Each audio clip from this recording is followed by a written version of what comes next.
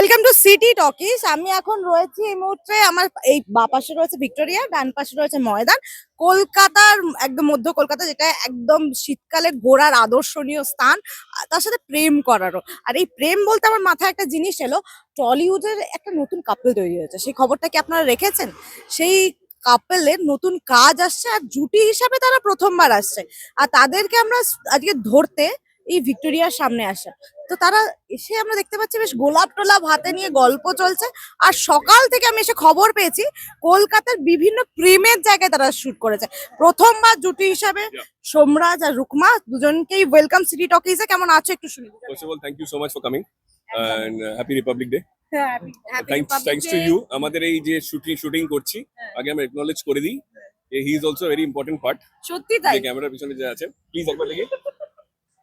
এই যে আমি আমার এখানকার সিকোয়েন্সেস যা যা রাইট শটস ও গাড়ি চালিয়েছে বলে ক্যামেরাম্যান তুলতে পেরেছে ছবি। তো থ্যাংক ইউ। সত্যি তাই। ওকে, ওর কন্ট্রিবিউশন আছে। আমরা জড়িয়ে গেছি তোমাদের সাথে। অ্যাবসলিউটলি। না সত্যি তোমরা যে এফর্টটা দাও মানে দেখে না মনে দৌড়েছে প্রচুর ক্রেজি। ঘোড়ার গাড়ির সাথে সাথে দৌড়েছে। শুধু ও না, তোমরাও তো ছিলে, অনেকেই দৌড়েছে। ও সব থেকে বেশি দৌড়েছে, ওর নামটা না নিলেই নয়, মানে খুব খারাপ হয়ে যাবে ব্যাপারটা। But thank you so much. আজকে এখনো আমার বার্থডে কন্টিনিউ হচ্ছে, আমার একসঙ্গে কেক কাটলাম। এই প্রথম বোধহয় পরিবারের সাথে একটা কেক একদম নতুন পরিবার, তোমাদের সাথে এই ফার্স্ট টাইম আমি কেক কাটলাম। না ওর সাথে বোধহয় একবার কেটেছি। আমরা লালকুঠির সেটে কেটেছি। হ্যাঁ একবার কেটেছিলাম, অনেক বছর পরে আবার কাটলাম। হ্যাঁ খুব ভালো লাগছে। আর সকালবেলা এরকম, এখন দুপুর হয়ে গেছে অলরেডি, সকাল আর নেই। কিন্তু সকাল থেকে আমরা বিভিন্ন কলকাতার রাস্তায় শুট করছি, খুব মজা লাগছে, ভালো লাগছে। আর ওয়েদারটাও সুন্দর এখন। ওয়েদার সাপোর্ট করে দিতে, স্ট্রেস হয়নি। হ্যাঁ Normally- আমরা এখনো হাসছি। সকাল 5টা থেকে আমরা শুটিং করছি। ও তো অনেক সকাল, হ্যাঁ, কটার সময়? লাইফে কোনোদিন এত সকালে উঠিনি। 4টে বলে। 4টে, বাড়ি থেকে বেরিয়েছি 4:30। ক্রেজি, বাট ঠিক আছে। বাট ভালো কিছু হচ্ছে, end of the day enjoy করছি। হ্যাঁ কন্টেন্ট যেটা আসবে দেখো তোমরাও এনজয় করছো। হ্যাঁ একদমই। সো কন্টেন্ট যেটা আসবে ভালোই লাগবে।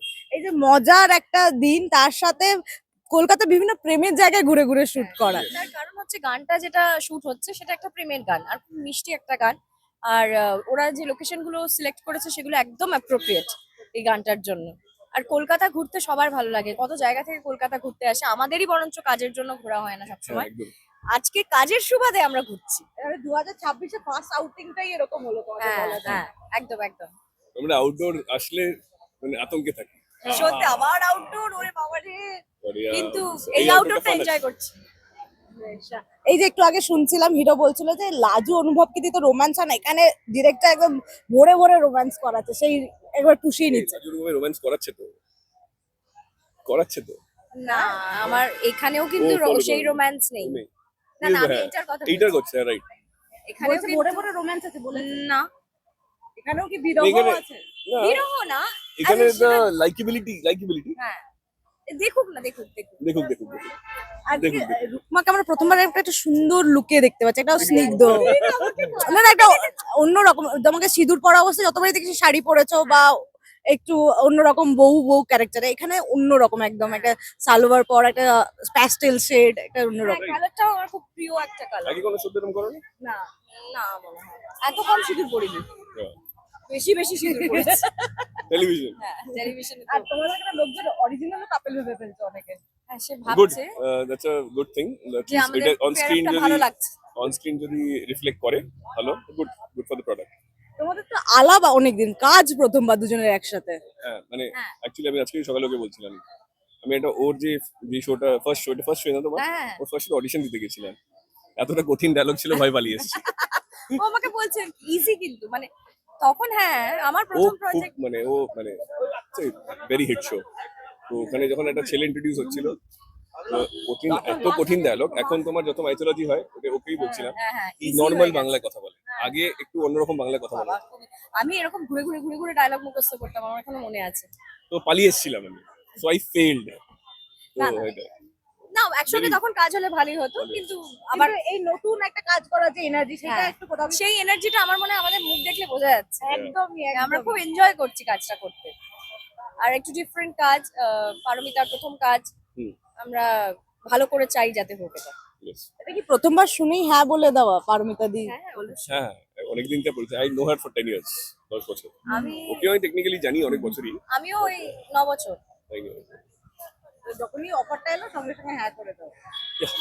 না বলার কোনো কিছু। দারুণ গল্প, দারুণ গান, সানায়ের গান, রুকমা আছে, সেম ডিরেক্টর, করে দেখা হলো, সেম টিম, হ্যাঁ ওর তো টিম সেম। Same team. আর আমার টিমটা প্রথম দিনকে আমি স্ক্রিপ্ট রিডিং এ গেছি, আমার টিমটা এত পছন্দ হয়েছে, মানে ভিডিও আমি না করতামই না, আমি সেই জন্যই গেছি। আর তার মধ্যে সোমরাজ আছে, তো ডেফিনেটলি আমার খুব ভালো লাগছে খুব কাজ করতে। বেশ। তুমি কি অনুভবকে দেখো, মানে দেখা হয়েছে সোশ্যাল মিডিয়া বা কোথাও? হ্যাঁ হ্যাঁ হ্যাঁ, কেমন লাগে একটু অনুভবকে? খুব ভালো লাগে। She is very kind. দেখেনি? ভেরি কাইন্ড, দেখেনি।